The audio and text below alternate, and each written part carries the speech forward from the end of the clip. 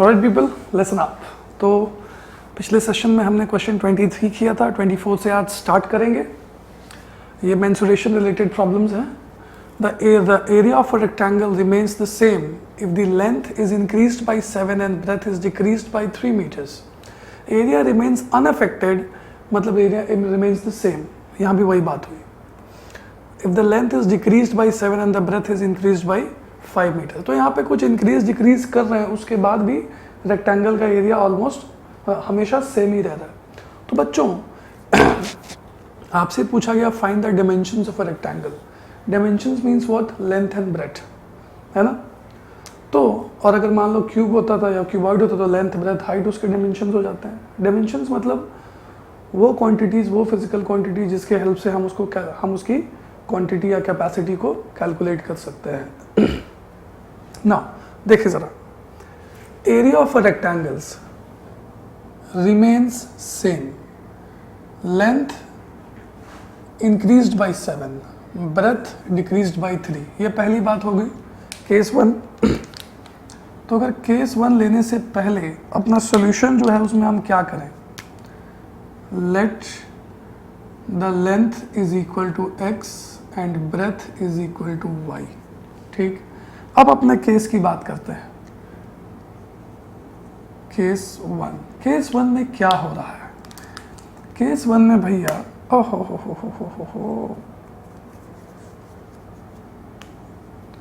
Case 1 में length, actually में length हमारा था कितना सर? ये तो x था। हम क्या कीड़े कर रहे हैं भाई? The length is increased by 7, तो विल प्लस 7 और इसको L1 मान लेते हैं, length in the first case. अच्छा, इसके बाद ब्रेथ कितना था? Breadth was y and what did we do? We decrease the breadth by 3, तो x y minus 3, let it be b1. So area in the first case is equal to what? x plus 7 into y minus 3। थोड़ा multiply करके देखें, xy plus 7y, उसके बाद minus 3x minus 21, ये a1 हो गया अपना। ठीक है, उम्मीद करता हूँ ये बात आपको समझ में आई होगी। x into y is x y, एक बार फिर से कैलकुलेट कर ले, फिर x इन माइनस 3x, ठीक है, 7y माइनस 21, करेक्ट। अच्छा बच्चों, लेंथ x है, ब्रेथ y है, तो ओरिजिनल एरिया कितना हो जाएगा? यहीं पे ले लेते हैं a is equal to x into y. तो अब ये करने के बाद भी a और a1 इक्वल है according to the question. What we see that A1 is equal to A, क्योंकि एरिया रिमेन्स अनचेंज्ड या फिर एरिया रिमेन्स सेम। तो A1 कितना? xy plus 7y minus 3x minus 21 is equal to xy। अब क्या देखो, xy उड़ गए, 7y माइनस 3x, तो क्या लिखेंगे? माइनस का 3x plus 7y is equal to 21। ये पहला इक्वेशन दे देते हैं। केस 1 से पहला इक्वेशन आ गया हमारा। इसके बाद क्या है? क्या है केस 2? क्या ब्लैक से नहीं लिखता क्योंकि ब्लैक ब्लैक ब्लैक हो जाएगा, है? केस 2 में यहाँ पे length in the second case कितना? लेंथ तो अपना था भाई x, कर क्या रहे हम? Decreased by 7। b2, breadth is increased by 5, तो y प्लस 5। तो इस केस में हमारा a2 निकलेगा x minus 7 into y plus 5। Right, now x into y plus 5x minus 7y minus 35। तो ये A2 हो गया। अगेन यहाँ पे according to the question we know that A2 is also equal to A, the area remains unchanged. So what we have over here, sir? X into y plus 5x minus 7y minus 35 is equal to a1 xy। अब क्या, अब तो वही जो होता है, ये xy उड़ जाएंगे, क्या आएगा अपना 5x minus 7y is equal to 35, second equation. अब ये देख करके आपके मन में कुछ तो हो रहा होगा, सर इसको मल्टीप्लाई ना करें, देखो ये भी 7 ये भी 7, एक पे प्लस एक पे माइनस, सीधा क्या करेंगे, ऐड इक्वेशन 1 एंड 2, तो we have minus 3x plus 7y is equal to 21. We have 5x minus 7y is equal to 35. दुख के साथ ये जाएंगे, ये 2x और ये 56 ही होगा ना, हाँ जी 56 ही होगा, तो x is equal to 28। ये अपना क्या हो गया, length.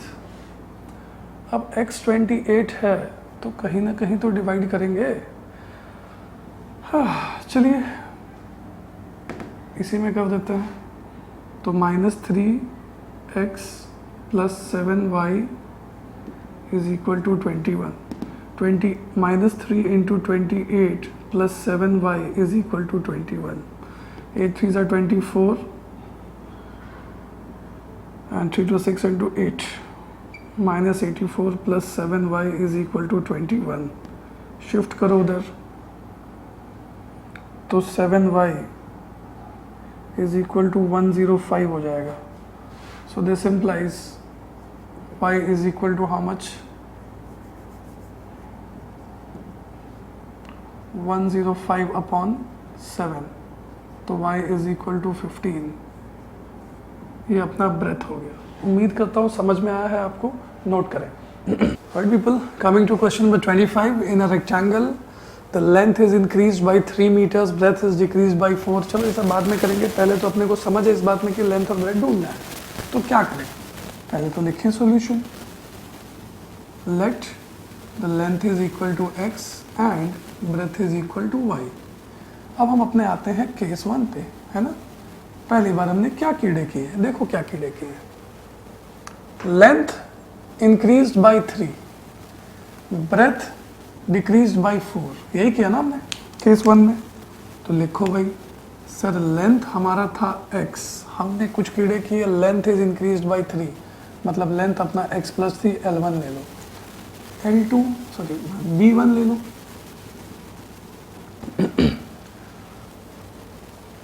The breath is decrease by 4, breath हमारा था y, 4 डिक्रीज किया तो B2 आया y माइनस 4। अब हो क्या रहा है, अगर ऐसा करे तो area of the rectangle is reduced by 67। अब अपना को पता है कि भाई एरिया कितना हो गया, x इंटू वाई, है ना। अब area in the first case हमारा कितना, sir x plus 3 into y minus 4, आराम से मल्टीप्लाई करेंगे बच्चों, कोई जल्दी नहीं है। x into y x y, x into 4 minus 4x, 3 into y plus 3y, 3 into minus 4 you get minus 12। ठीक है, ये a1 हुआ। हो क्या रहा है, the area is reduced by 67, मतलब ये जो एरिया आया ओरिजिनल एरिया से 67 छोटा है। सिंपल, एकदम सिंपल करेंगे, देखेंगे कौन बड़ा है कौन छोटा है, बड़े को छोटे से माइनस करेंगे, डिफरेंस के बराबर लिखेंगे। ठीक है, डिफरेंस कितना आया, 67 का डिफरेंस आया, और ये जो एरिया आया छोटा हुआ, रिड्यूस होके आया है, यानी कि हम कह सकते हैं according to the question that a minus a1 is equal to 67। अरे ये 67 छोटा हो गया ना, और ये बड़ा है, तो बड़ा माइनस छोटा कितने का डिफरेंस, 67। इस तरीके से सॉल्व करेंगे, कंफ्यूजन बिल्कुल नहीं आएगा। a कितना, सर xy माइनस a1 कितना, लंबा लिफाफा है, xy minus 4x plus 3y minus 12 is equal to 67।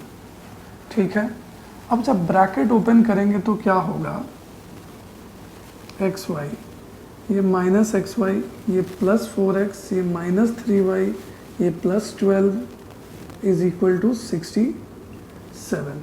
देखो अच्छी बात ये है ना कि ये एक्स वाई आपस में कुछ कर लेंगे और हमारा इक्वेशन क्या आएगा फाइनल, और ये प्लस 12 उधर चला जाएगा, 67 से माइनस होगा तो हमारा इक्वेशन आएगा 4x माइनस का 3y is equal to 55, first equation. उम्मीद करता हूँ ये एकदम सटीक समझ में आया आपको। कभी भी बेटा ऐसा क्वेश्चन आए तो सिंपल करो, बहुत अलग अलग तरीके से लोग रिड्यूस करते हैं तो लोग उधर 67 प्लस करते हैं, सब मत करो, सिंपल समझो। A1 फर्स्ट एरिया ओरिजिनल ये था, केस 1 में हमने कुछ कीड़े किए जिसकी वजह से क्या हो गया भाई, एरिया रिड्यूस्ड बाय 67, मतलब ये एरिया ओरिजिनल एरिया से 67 छोटा है। क्लियर, सिंपल, बड़े में से छोटा माइनस करो इक्वल टू 67। क्लियर। अच्छा अब बात करते हैं केस 2 की। केस 2 क्या है, केस 2 में भी हम कुछ कीड़े कर रहे हैं, है ना। Clear, equation is all about कीड़ा है। लेंथ, लेंथ अपना क्या किया भाई, इज रिड्यूस्ड बाय 1, मतलब लेंथ x था, एक नंबर रिड्यूस कर दिया। ब्रेथ इज इंक्रीज्ड बाय 4, तो ब्रेथ y प्लस 4, ये L2, ये B2। अब हम एरिया निकालते हैं, area in the second case A2 कितना हो जाएगा, A2 सिंपल है ना, A2 हो जाएगा sir x minus 1 into y plus का 4, साधारण बात है, x into y it is x y, x into 4 is 4x।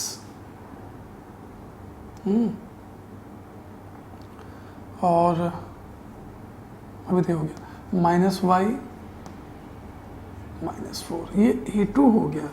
अब इस केस में क्या कह रहा है, the area increases by 89, area increases by 89, मतलब ये जो एरिया आया है ये ज़्यादा आया है ना, और कितना ज़्यादा आया, 89 ज़्यादा आया, मतलब इस बार A2 बड़ा है और A छोटा है। वापस यहाँ पे लिखेंगे, according to the question we have A2 minus A is equal to 89। A2 की जगह यूज़ करेंगे xy plus 4x minus y minus 4, A की जगह xy is equal to 89। xy उड़ गए, ये क्या आया 4x माइनस वाई, और ये माइनस 4 उधर जाके प्लस 4 हुआ, तो 89 प्लस 4 यू गेट 93। अब इस इक्वेशंस को, दोनों इक्वेशंस को देखो तो आपके मन में तो लार टपक रही होगी कि सर ये 4x ये भी प्लस 4x, कुछ मल्टीप्लाई करने का लफड़ा ही नहीं है ना। तो लफड़ा नहीं है तो क्या करेंगे भाई, लफड़ा खत्म करेंगे। कैसे खत्म करेंगे, यहीं पे कर दें क्या, सब्ट्रैक्ट 1 and 2, सब्ट्रैक्ट करो तो क्या आता है, देखो 4x minus 3y is equal to 55, यहाँ पे 4x minus y is equal to 93। जब आपने इसको सब्ट्रैक्ट किया तो ये हुआ माइनस, ये हुआ प्लस, ये हुआ माइनस। तो अभी ब्रेथ 19 आया बच्चों, तो इसके बाद सिंपल 19 को पुट करेंगे ये वाले इक्वेशन में। कहाँ गया भाई ये, चलो 4x minus y is equal to 93, तो 4x minus 19 is equal to 93, shift करो 4x इज इक्वल टू आता है 112, तो x is equal to 112 upon 4 करेंगे आएगा 28। So therefore what you can say length is equal to 28। Clear, note करें। आइए देखते हैं क्वेश्चन नंबर 26 को। It is basically the question on time and work.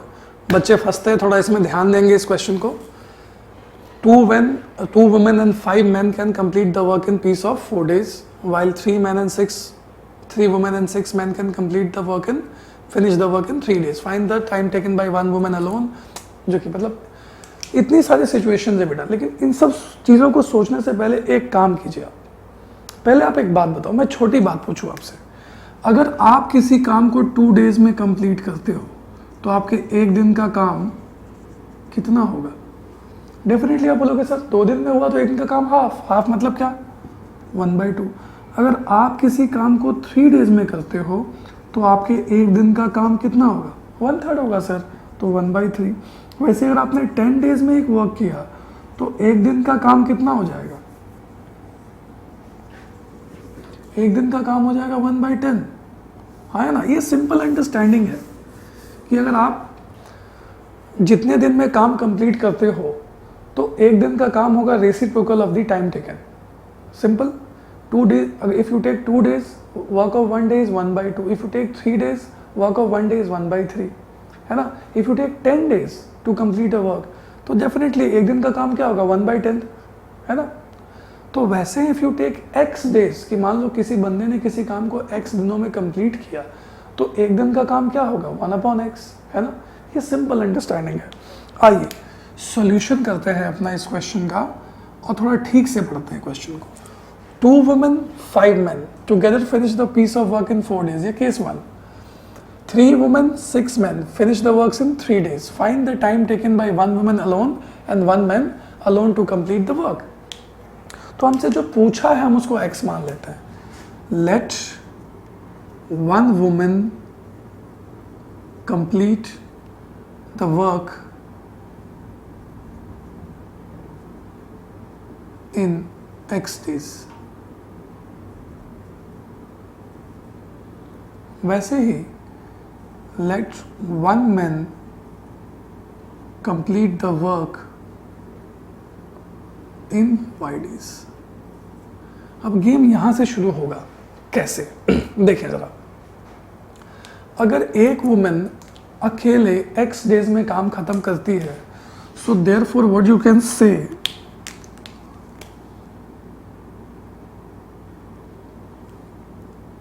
Work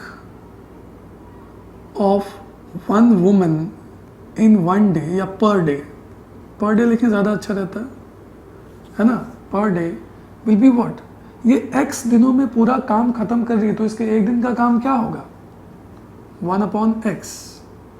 वैसे ही work of 1 man in 1 day या फिर पर डे, अगर वो एक y डेज में पूरा काम खत्म कर रहा है तो एक दिन का काम क्या होगा 1/y।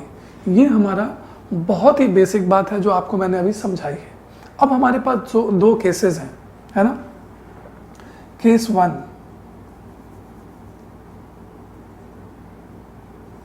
केस 1 में क्या हो रहा है कि 2 women and 5 man, 2 women 5 man completes the work in 4 days। तो अगर हम बोले कि इनके एक दिन का काम कितना होगा तो क्या लिखेंगे, work of 2 women and 5 man पर डे या वर्क ऑफ पर day is what will be definitely 1/4। वो एक दिन में जो काम करेंगे, 4 दिन में ये काम खत्म करते हैं, ये पूरी की पूरी टीम जो है 4 दिन में काम खत्म करती है, तो इस टीम का एक दिन का काम क्या होगा 1/4। सिंपल। ऑल्सो इसको एक और तरीके से समझा जा सकता है। देखो, work also work of 2 women per day in 1 day. देखो बेटे, हमने क्या निकाला यहाँ पे, work of 1 women in 1 day is 1/x, तो वर्क ऑफ 2 वुमेन कितना होगा 2 × 1/x, तो 2 × 1/x इज व्हाट 2/x। वैसे ही वर्क ऑफ 5 मैन पर डे या work of 5 man in 1 day is what, देखो work of 1 man in 1 day is what 1/y, तो work of 5 man in 1 day क्या होगा 5 × 1/y, तो ये 5/y ही हो जाएगा दोस्तों, है ना। तो अब इन दोनों को अगर तुम ऐड करोगे तो क्या होगा, अपने को मिलेगा work of 2 women and 5 man in 1 day. ये तो सर 2/x प्लस 5/y हुआ। जब ये 2/x प्लस 5/y हुआ, और बच्चों देखो ये चीज़ और ये चीज़ दोनों ही सेम है। ये भी वर्क ऑफ 2 वुमेन 5 मैन पर डे है, ये भी वर्क ऑफ 2 वुमेन 5 मैन पर डे है, यानी कि दोनों इक्वल हुए। तो हम इसको क्या लिख सकते हैं, therefore we can write sir 2/x plus 5/y will be definitely equal to 1/4। अब जब ये 1/4 हो गया तो हम तो हमेशा एक काम करते हैं, आप सब जानते हैं क्या, वो ये कि let 1 by x is equal to u and 1 by y is equal to v. इतना तो हम मानते हैं ना हमेशा। तो 1 बाई एक्स को u माना तो ये क्या हुआ 2u हो गया, और ये क्या हो गया 5v इज इक्वल टू 1/4। इसको इक्वेशन 1 मान लो आप। अब हम अपना आते हैं केस नंबर 2 पे। जैसे केस 1 था, अभी आता है अपना केस नंबर 2 पे। केस नंबर 2 में क्या लिख रहा है? केस नंबर 2 में लिख रहे हैं बच्चों 3 women 6 men finishes the work in 3 days। 3 women 6 men, तो लिखेंगे 3 women 6 men they complete the work in 3 days। यहाँ भी सेम काम, work of 3 women 6 men in 1 day is what 1/3 total time का रेसिप्रोकल, जो मैंने आपको समझाया। अब यहाँ भी वही चीज़ ऑल्सो करके लिखेंगे, work of 3 women in 1 day. Sir एक वुमेन का 1/x, तो 3 वुमेन का क्या 3 into 1/x is what 3/x। वैसे ही वर्क ऑफ 6 men पर डे 6/y हो जाएगा। इन दोनों को ऐड करोगे तो क्या होगा, therefore work 3 women plus 6 men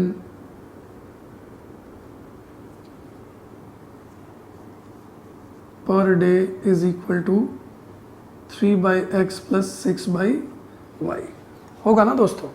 थोड़ा सा जगह पार हो गया, सॉरी फॉर दैट।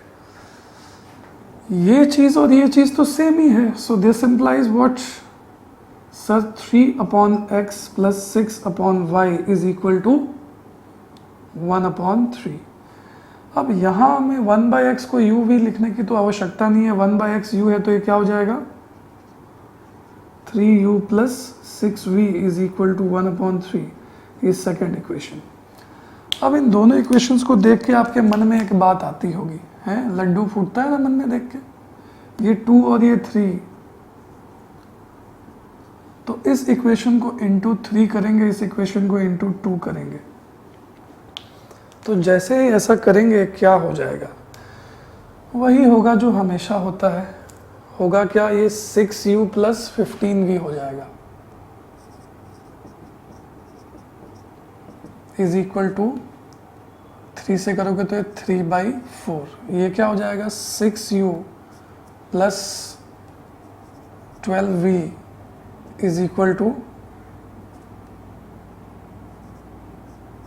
2/3। सब्ट्रैक्ट करेंगे बच्चों, ये माइनस ये माइनस ये माइनस, ये तो उड़ गया।